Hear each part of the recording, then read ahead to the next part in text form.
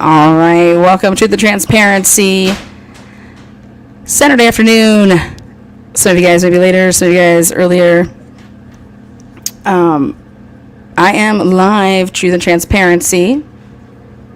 Give people a chance for the notifications to hit on. Again, Lana Oriani here, Truth and Transparency. Covering the Rachael DelTondo case and updates.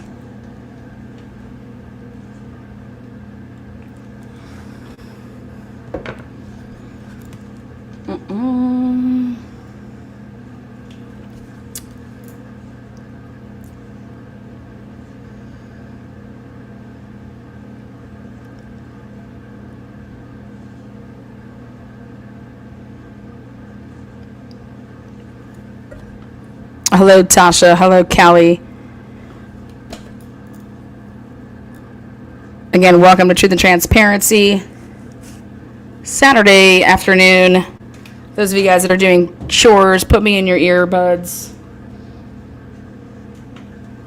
Gonna talk some facts. Gonna talk some case talk. Gonna talk some timelines. Rachael DelTondo.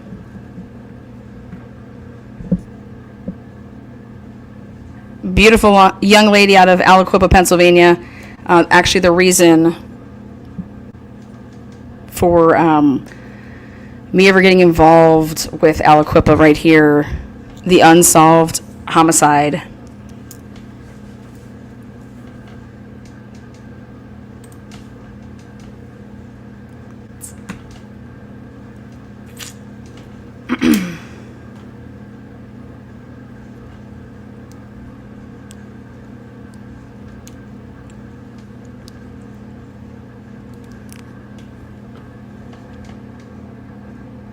Again, good afternoon.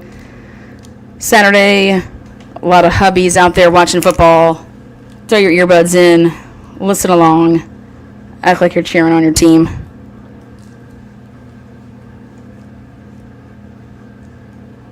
Again, I get started here in about 3 minutes, giving all of our notifications.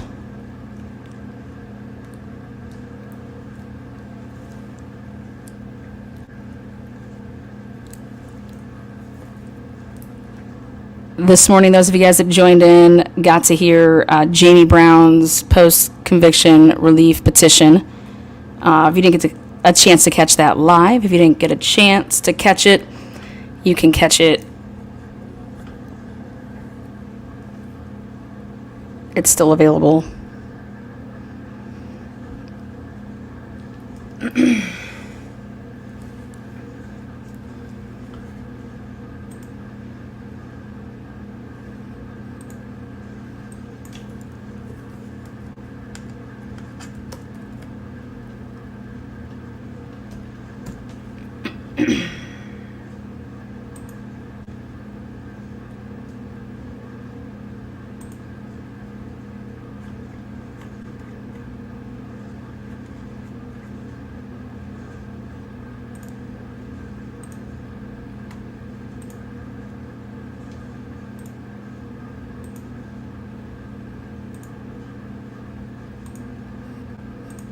Rachael always insisted that anybody who drops her off waits to see her go in. Was that true? Was that? It was. But you never actually saw her go in, is that correct? Correct. What did you exactly see? Just her get to the door and open the screen. Then what did you do? I drove off, went to take Tyree home. So you didn't see anybody walking on the street? So whoever did it had to have got there or been there already waiting for her. But if somebody was there already, they had to know she was on her way home. And what does that say to you? It raises questions. It doesn't make sense. I don't understand how they would find out. I don't understand why someone would tell them. I don't get any of it. Tell me what happens after that. So I dropped them off. It had to be somewhere in the area of like 10:55, somewhere in there. Because you then send a text to Rachael at 10:56. Does that sound right? Right. And you send a text that says, "Be there soon." Right. Does she respond? as I was in the middle of calling her, I had got a call from my mom, and she was like, "Hey, like, can you get home?" I'm like, "Oh yeah, sure, that's fine." So What was your mom's tone? she was anxious. You could tell that something was wrong. So in my mind, I'm kind of just like zoned in on getting home and just figuring out what's going on. What did you hear when you got home? My parents had went to me and were like, "No, Rachel had been shot." And at that point, I just completely lost all train of thought. And my first instinct was, go find her. Go see if this is true. What did you see when you got there? It's a blur. There was lights flashing everywhere. There was people standing, people watching. And then, as I got a little bit closer to where the tape was, I saw her laying on the ground, and I'm like, oh, this is like actually serious. And I still, like, I can still see it in my mind, and it bothers me to this day.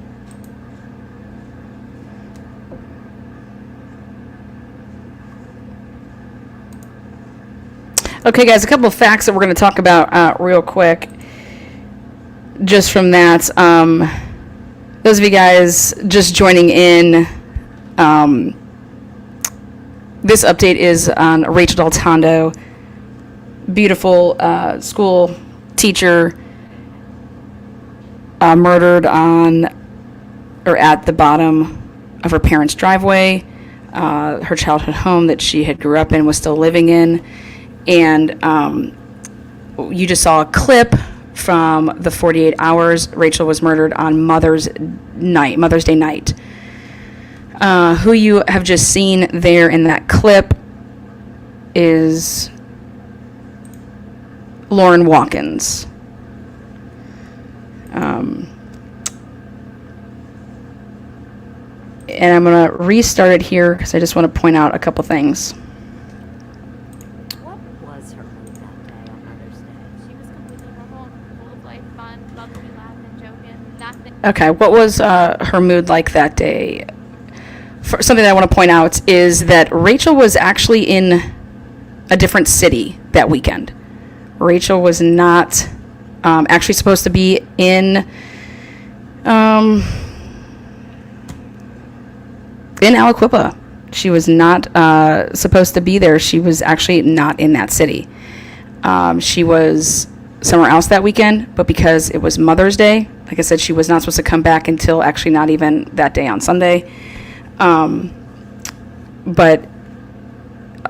obviously the way that Rachael is and was, she came back because it was Mother's Day. And with that said, right there, you have to think, how would anybody know that? Who would know that? Because Rachael wasn't supposed to be in Aliquippa and wasn't planning on coming back until, was not supposed to be there on a Sunday, that Sunday. And so to hear Lauren right here say, Thing was out of the ordinary. We laugh and joking. Nothing was out of the ordinary. nothing was out of the ordinary.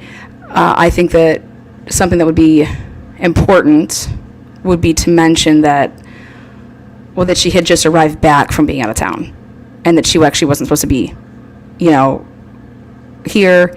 And so any type of plans that Rachael would have had didn't consist of Aliquippa that actually day or that night. So her involvement with Lauren Watkins would have been something that just kind of happened because she's, back in town or whatever. So with people thinking that she wasn't in town, now Lauren Watkins knows that she's in town.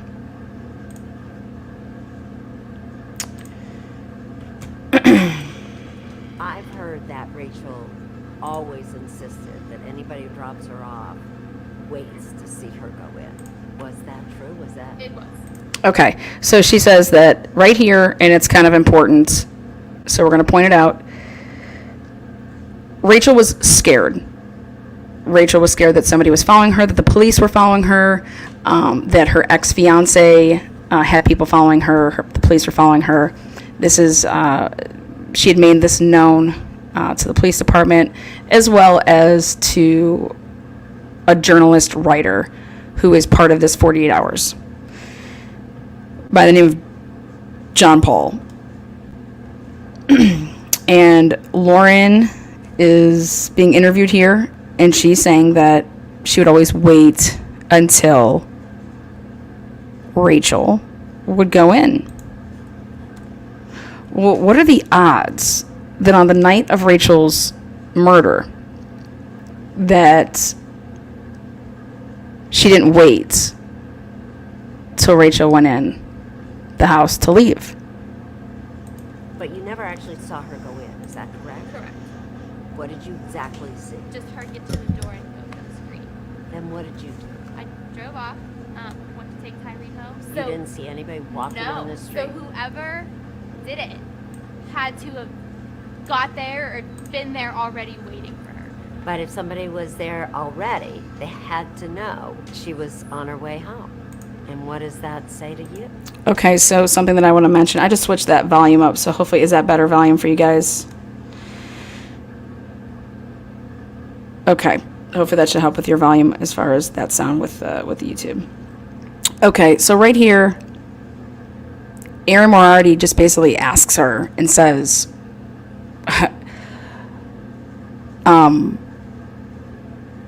how does anybody explain or know when you are going to be arriving to drop off Rachel? Because what ends up happening is she drops off Rachel and then doesn't want her to walk in, pulls away, and goes to take home Tyree, who went to go get ice cream, supposedly, allegedly. All three of them went to go get ice cream. And as she pulls away, Rachel is then gunned down and shot. And it's not up by the side door. Okay? It's down at the bottom of the driveway.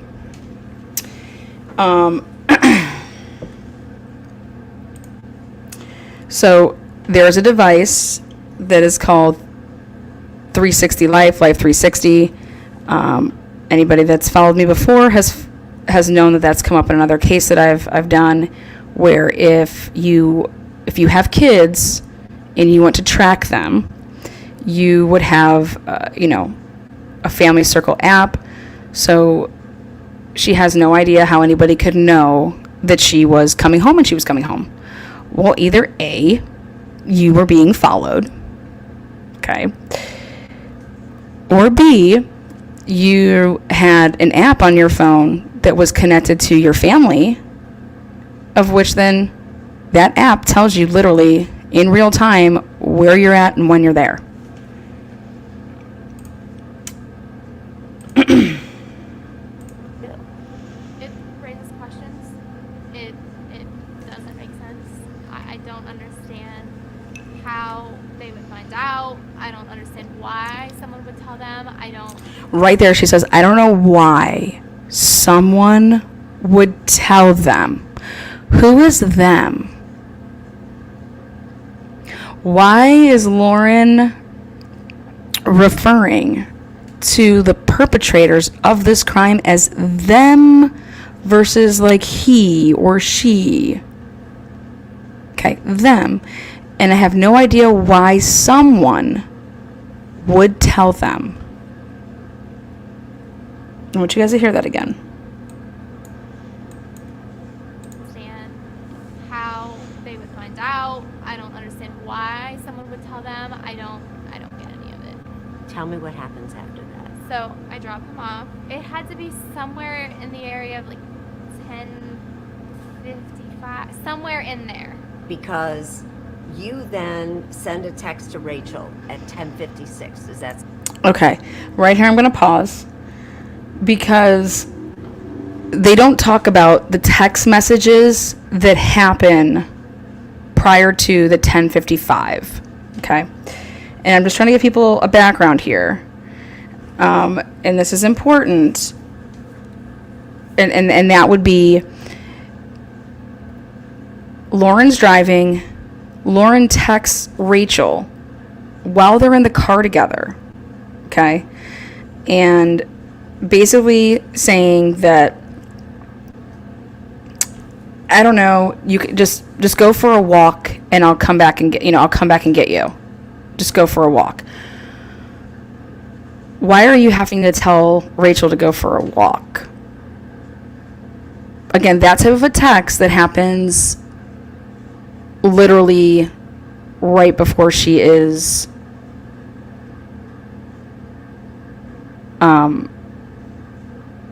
murdered with multiple gunshot wounds. Go for a walk.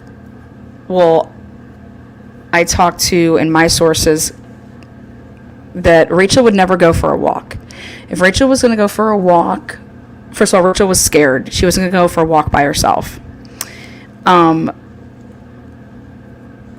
So why would Lauren, number one, not watch her go into the house? Number two, that's not normal. Number two, tell her to go for a walk. You know, the only way she's going to go for a walk, maybe would have a cigarette and be on her phone because she's taking a phone call out there. So therefore, she would have been on her phone. If she was to go for a walk, like that's when that would happen, via my sources. And just everything about going for a walk by yourself when she's scared. Why? And then not watching her walk in, Again, this all happens on the night, or I should say just literally minutes before she is, gunned down and murdered. And there are no coincidences in life. Sorry, but if you believe in coincidences, I hate to break it to you, okay? The only coincidence, or I guess you could say, when you want to talk about luck, is somebody that wins the lottery. But you can't look at this case and not look at the events leading up to, and when I say the events, I'm talking the minutes leading up to her death. And here's the number one question. If you were planning, like Lauren was, to go back to Rachel's and quote unquote, still kick it and hang out, then why wouldn't you drop off Tyree first, and then you and Rachel together drop him off, and then you and Rachel then together proceed to go back to her house? Well, because at the end of the day, flat out, it's not what the plan was.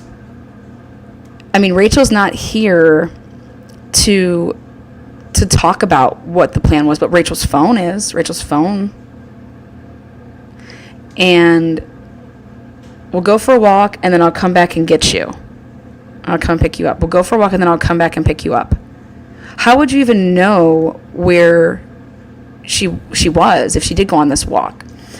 So then my question is, when she was sending these texts, when Rachel's in the car and they're coming back from Hank's ice cream, why, after she sends a text, we'll go for a walk, or I don't know, and then Rachel's like, are you serious? Like, and it's like, basically, like, are you kidding me? Are you serious? Like, what do you mean go for a walk? Like just like, what? And if you were to tell your friend to go for a walk, then wouldn't you at 10:55, like she's claiming here, that she's about to talk about this text message that she sends at 10:55 when she dropped her off at 10:44, that you are saying, I'm on my way back? Wouldn't you be asking, hey, where are you? Did you go for a walk? Like, where are you? I'm coming back. Where should I pick you up at? Wouldn't that be the text to find out where your friend actually is if you told her to, in fact, go for a walk? And the answer with logic is, of course, yes. Because I don't know, if you did go for this walk, did you walk up to Wendy's? There's a Wendy's by Rachel's house. Did you walk down the street? Did you walk to another person's house? But at the end of the day, who is to say that Rachel actually was the one that responded to that text? Because like, it's like literally minutes within all of this happening, and there's an eyewitness's cell phone making text because they heard the gunshots.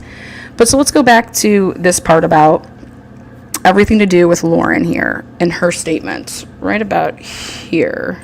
Sound right? Right. And you send a text that says, be there soon. Right. Does she respond? It's not. As I was in the middle of calling her. She texted twice, actually. She said, I'm on my way. And then before that, it was, be there soon. Be there soon was the first one. And then she actually texts her again and says, I'm on my way. And then this is when she's going to claim right here. And listen to what she says. I had got a call from my mom, and she was like, "Hey, like, she was like, hey, like, can you get calling her?" I had got a call from my mom. Right there, she says, as I was calling her, I had gotten a call from my mom. Okay. Now, phone records would prove this, possibly depending on literally the type of timing we're talking about. But listen to what she says right here. Respond. As I was in the middle of calling her. As I was in the middle of calling her, my mom calls me. As I was in the middle of calling her, my mom calls me. Okay. Now,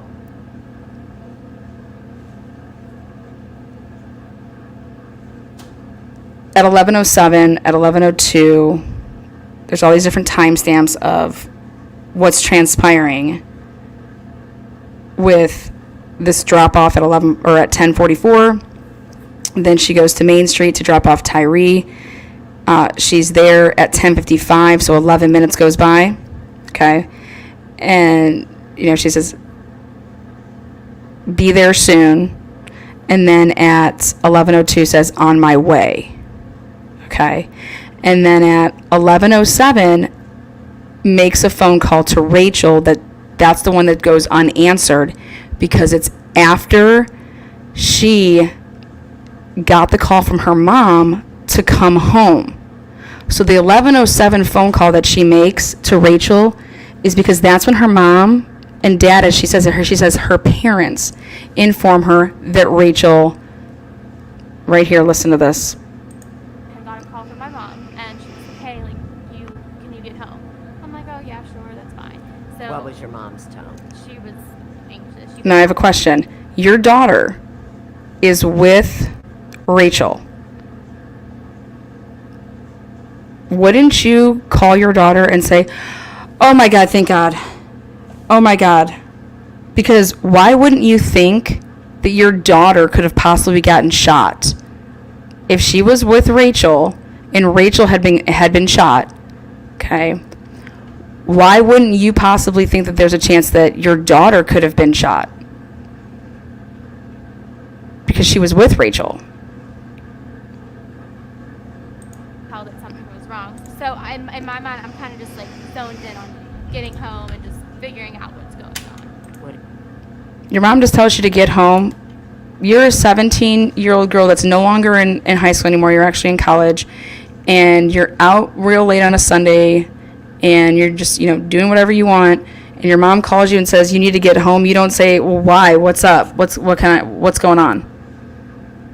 She's just like, no, you need to get home right now. And I'll tell you when you get home. And you're just like, okay.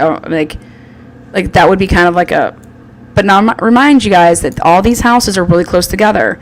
So, like, for her to just, like, veer off and stop at where her parents lived, it was literally 2 minutes from Rachel's. What did you hear when you got home? My parents had went to me and they're like, Rachel had been shot. And at that... Rachel had been shot.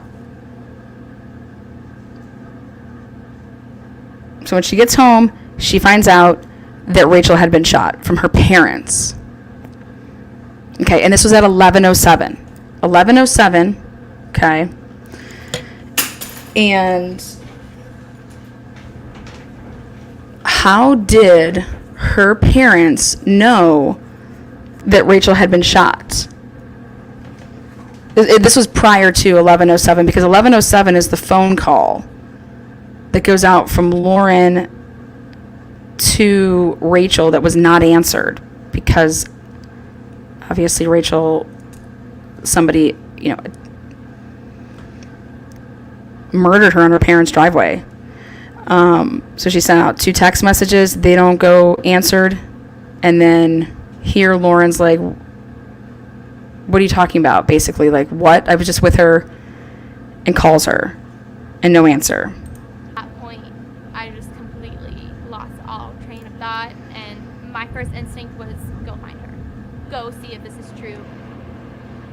What did you see when you got Go find her, go see if this is true. Your dad is a police officer. Your dad got a call in over the radio. The scanners. What do you mean go see if this is true? And what parent just, okay, yeah, your daughter just driving over to a crime scene. What if, is it even a crime scene yet? What, like, she says her parents, but yet her dad. So does that mean her and her dad went there because her parents were notifying her about this? Like, where's her dad? Because her dad's a police officer. He's off duty at the time of this homicide. But what kind of just doesn't make sense to me is, I mean, you're going to hear something like this if there was a 911 call-in, which didn't happen for, a little bit. If somebody calls in 911, it was because we heard shots fired over here on Buchanan Street, or I live over here on Ritchie, or I live over here right next to the Wendy's. I mean, whatever the call is, we heard gunshots.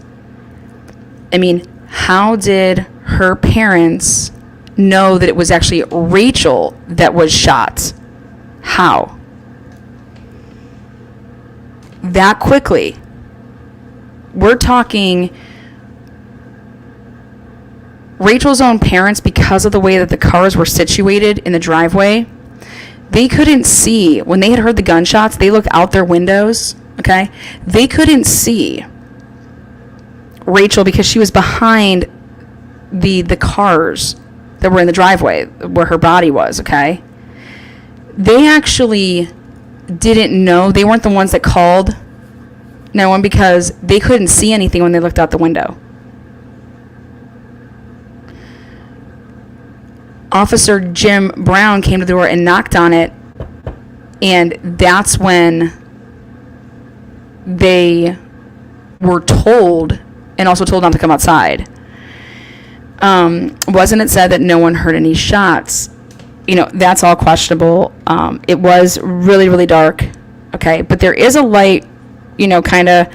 I have a lot of footage that I've done when I've been over there at this time of night when this happened. Her house is 2 houses up from the main road, but let's talk about logic here. Everything to do with investigations are timelines. Okay, timelines are everything in an investigation, and circumstances surrounding this.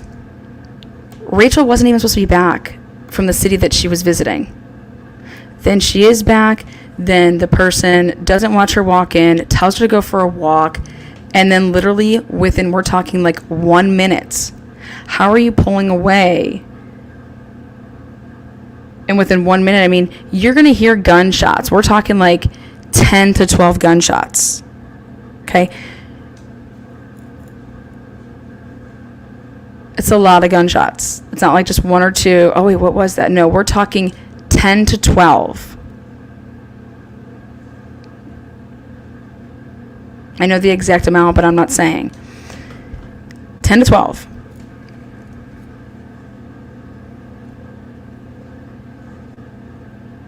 So again, who would know that Rachael was getting dropped off? I mean, this is an opportunity. Okay? Is this a setup? Well, let's go back. 6 months prior to her death, okay, when she had stated that all of a sudden she talks to a journalist, okay, She talks to a journalist who she's never talked to before, ever talked to before. And after talking to this journalist as well as other law enforcement agencies, and remember, this journalist is going to have other sources, okay? And she said she feared for her life. She feared for her life. The police were following her. Her ex is having her being followed. How can anybody deny now, like, then you look forward, then you fast forward 6 months, and was she making it up? Clearly, no. She was gunned down in her parents' driveway in such a small window of time, which is consistent with somebody following you or being reported on where you're going, or if the person that you're with has, an app so somebody can track where you're going, or if Rachel's phone was tapped and being tracked. But everything that surrounds her death is all about timing, which is all about somebody following you.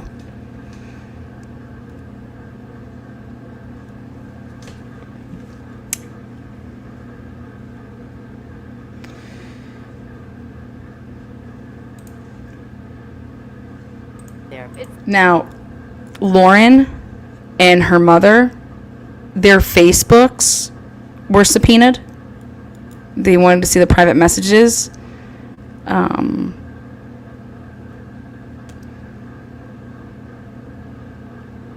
Were their phones turned in? To my knowledge, I believe that Rachel's, Sheldon's, and Tyree's went down to Harrisburg. Blur. There was lights flashing everywhere. There was people standing. Okay, so she's saying when she's arriving, lights flashing everywhere, people all over. Listen to this. This is basically what she's saying when she is arriving. This is what she's arriving to. What did you see when you got there? It's blur. There was lights flashing everywhere. There was people standing, people watching. And then, as I got a little bit closer to where the tape was, I saw her laying on the ground, and I'm like, oh, this is actually serious. And I can still see it in my mind, and it bothers me to this day.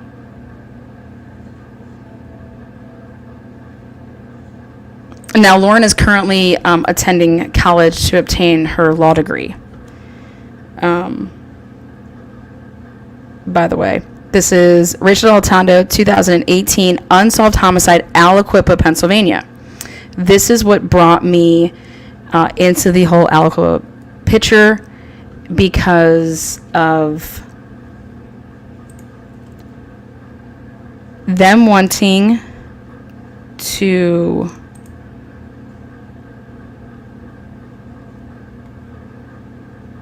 zero in on Sheldon Jeter Jr. for her death.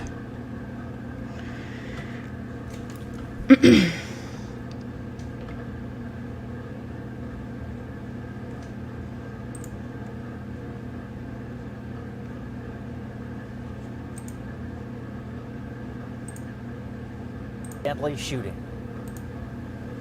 In the past 15 minutes, we've learned how police tracked down the suspect. Sheldon Jeter Jr., a former Aliquippa football star, is accused of killing his childhood friend and roommate. This is where everything gets muddied. Rachel, her death, 2018 in May, Mother's Day. Why, with all the technology we have, with surveillance from other people's houses, with evidence that could be possibly DNA, direct evidence, how is this high profile beautiful teacher,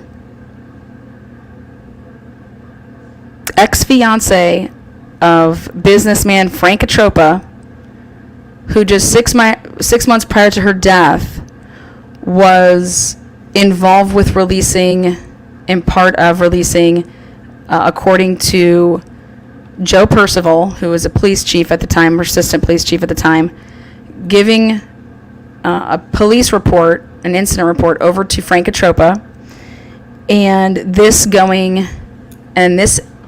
incident report, as well as private information like security, social security numbers, addresses, birthdays, phone numbers, all this stuff, all goes out and is sent to the school because of a car incident. All this stuff that happened in 2016 is now surfacing 6 months right before her murder, and bringing up an incident that involved Sheldon Jeter Jr. being in the car of Rachael DelTondo, but they were just in the car chatting. And that's what the police deemed, and so therefore, nothing happened. But this is an automatic, you're supposed to report it regardless, because he's a minor, she's a teacher, so this is called an automatic mandatory report.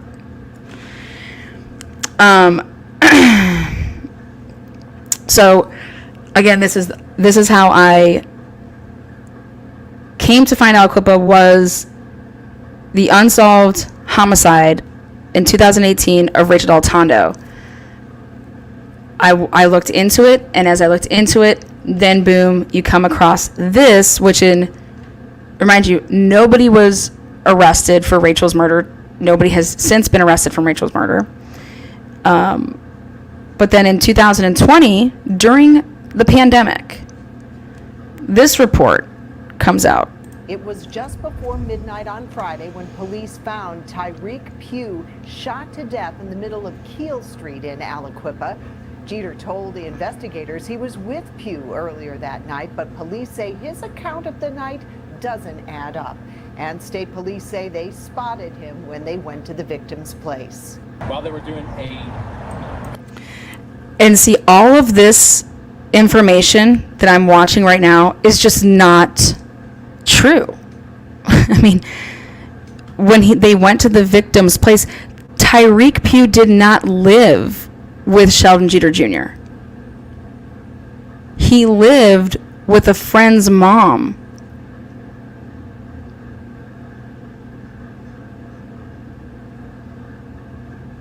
Saying that Sheldon and Pugh were roommates is not true. So I have hard issues with where is this coming from? Why would the media think that they're roommates? Why would they think to even say that? Did they ask the family, and that's what the family said? Because I can tell you, this is the family I work with, and that is nothing that they've ever said. Tyreek has had that address for years because of Emmanuel Moreland, who has helped, is a pastor, has helped numerous people that, in this area you consider like family because of the way you grew up and part of the church and stuff like that. But this is just not, this is not even factual. He had that address because he never had changed it for the years prior to when he put that down, and it had never been changed. death notification at the victim's address. They noticed that a similar vehicle was there, a Chevy SUV. Okay, so my question is they noticed that a similar vehicle was there that they found on surveillance. Okay, mind you, they went to this residence at 3 o'clock in the morning. This homicide supposedly occurred right before midnight, the same day, so within 3 hours. And they supposedly were able to look at all of this surveillance cameras, and especially the two cousins cameras, which it was closed at midnight. Two Cousins closes, and I myself took my happy butt. Check this out. I'm gonna see if I can go find it. I went and I interviewed myself the people from Two Cousins.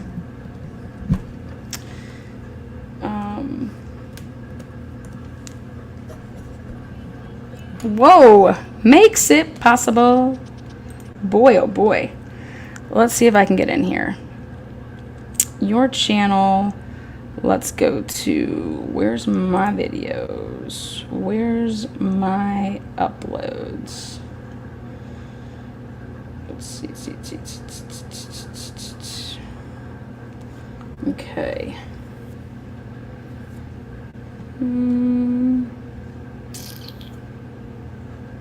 Let's see here.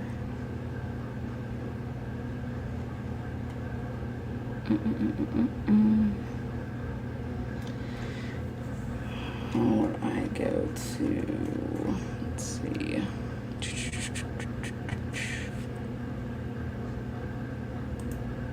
Manage videos. Stop sharing at the time. Okay, here we go. Let's go to...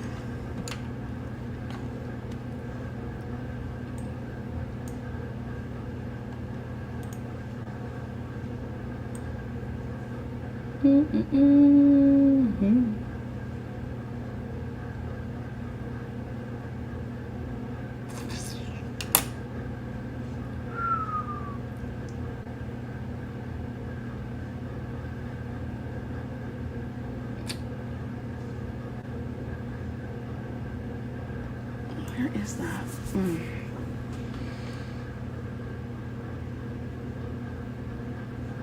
Maybe it's a live one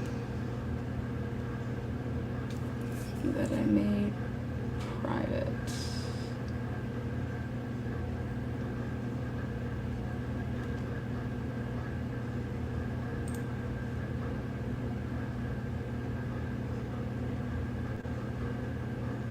Give me a second here. I'm checking for this really quick.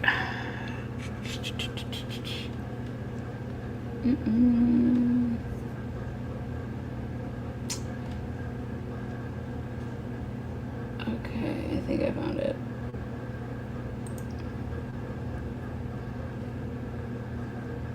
Okay, here we go. Let's see if I can. We're going to make this public, publish, and then I should be able to see it.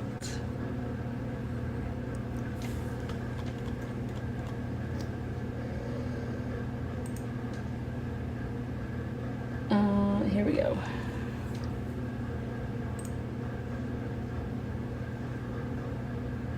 Okay.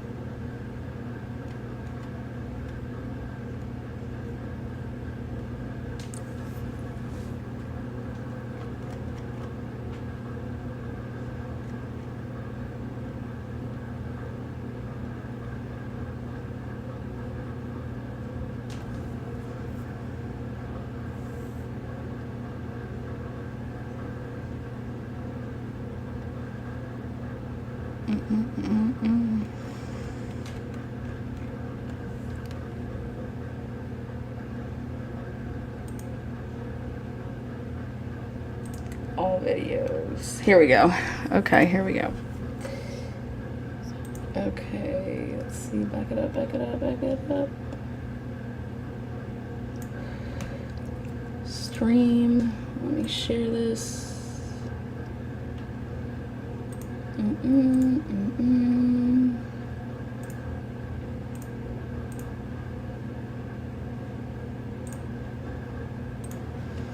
Now, Two Cousins closes at midnight. And this, and all the police officers, this incident, police officers were over there at 11:43, 11:47 p.m. And I want to know how they possibly made it back to Two Cousins to ask them, if it closes at midnight, how were they able to get surveillance of all the cameras and possibly view them like they said they did between the time of the body being found and the time of, you know, getting over at 3 o'clock in the morning to Orchard Street. Yep, you had like 10 minutes to They do said this. They viewed the cameras and that they were able to observe a Chevy Traverse. Okay, but I'm gonna go and ask these guys in here if on that night how they were able to obtain any video surveillance and look at anything if they were closed, you know.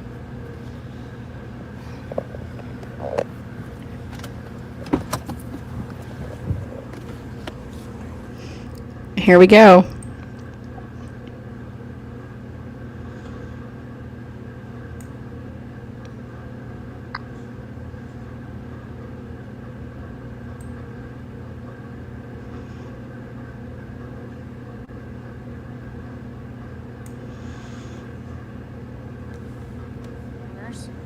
I'm Minigo. You are? Oh, Minigo. Lana, nice to Yes, meet you. My name's Ali. Oh, nice to meet you. I have a question. So, you guys have surveillance, correct? Yeah. Like cameras and stuff?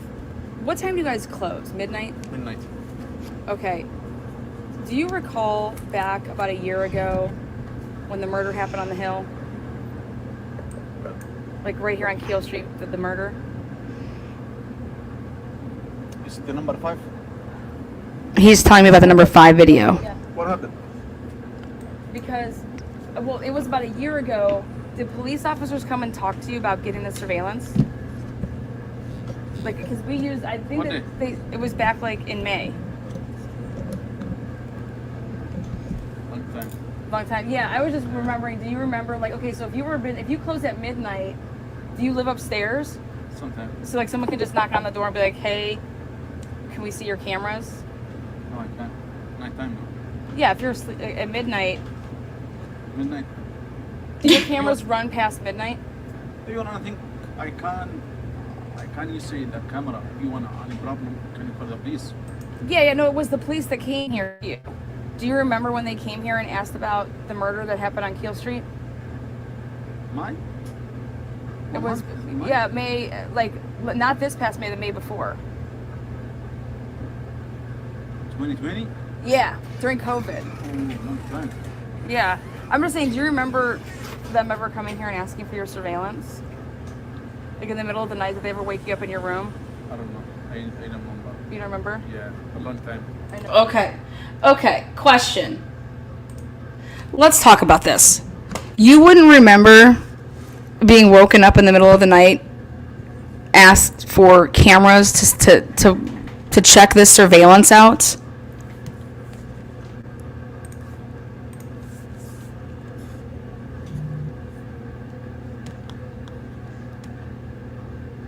This is the murder, 2020, biggest talked about thing that's going on, okay?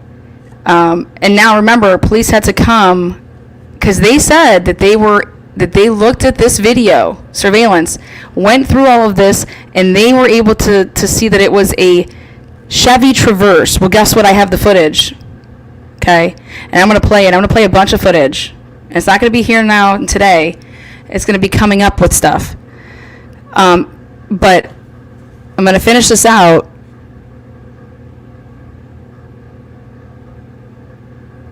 With the account that the police officers, okay, are giving in a matter of a 3-hour period of time that they supposedly did all this investigating and looking into surveillance cameras and being able to to pin it that it was a Chevy Traverse that they saw at this time. Meanwhile, this store is closed, but they were able to obtain this video.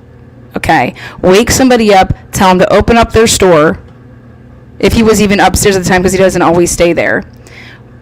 Track down this person, say, get over to your store, open it up, I need to look at their surveillance cameras. Okay?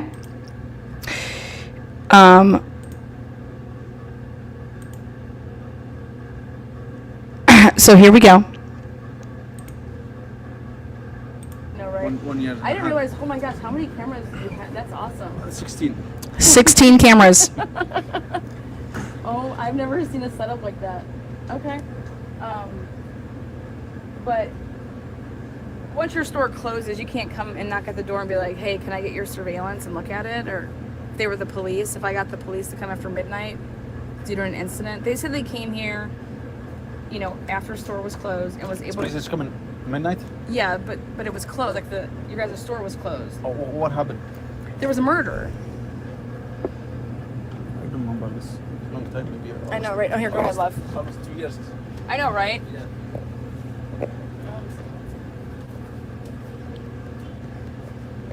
All right. You guys have ATM here too? Okay. Thank you, babe. I'll be back. I didn't mean to hold you up.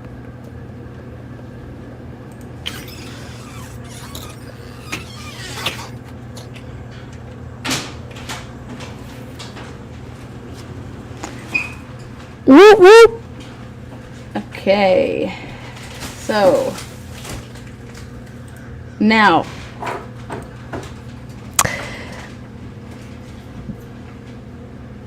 we're going to leave you wanting some more, okay? We're going to, because this all ties into the Rachael DelTondo case, because they couldn't nail Sheldon Jeter Jr. for the Rachael DelTondo case.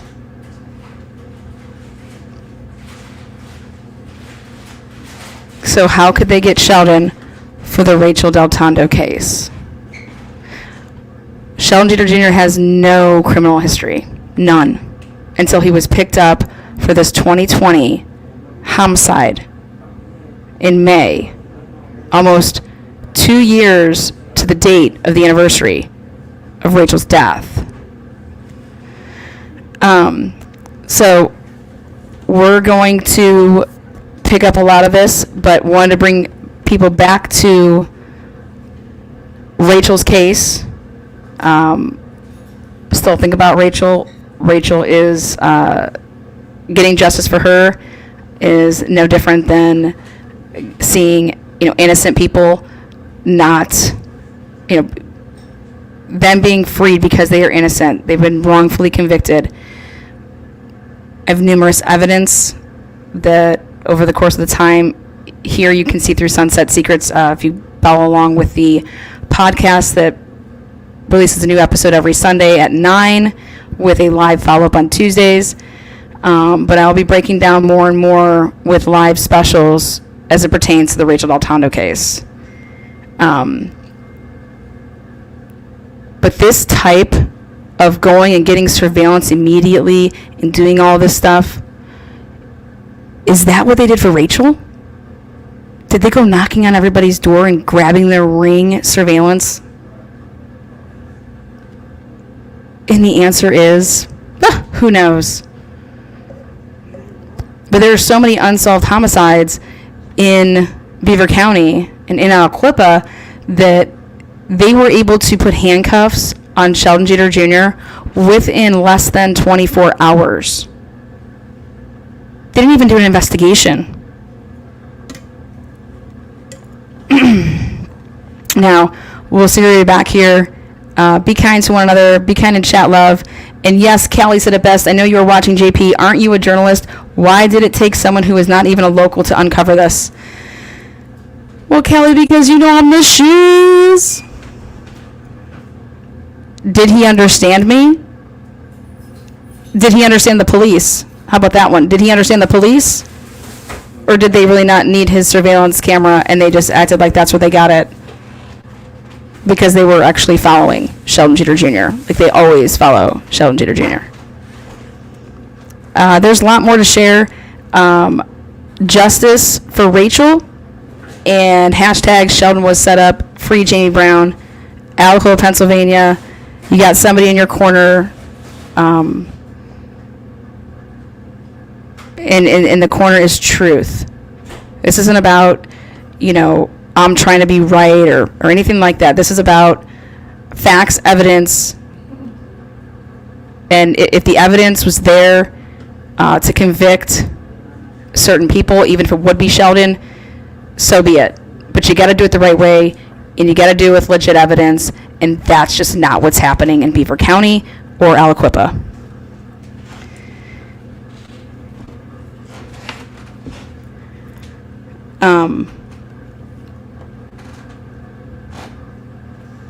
But I do appreciate you all, and you guys should really strongly consider following my cause, which would be subscribing to my channel.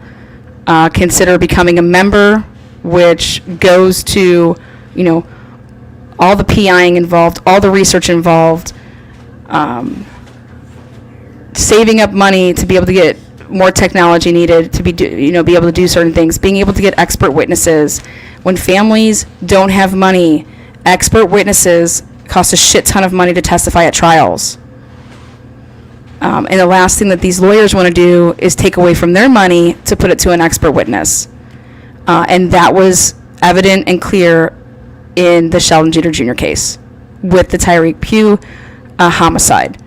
Why don't you go and ask Sheldon Jeter Jr.'s attorneys how many expert witnesses they put on the stand? And the answer is 0. Unacceptable, ineffective.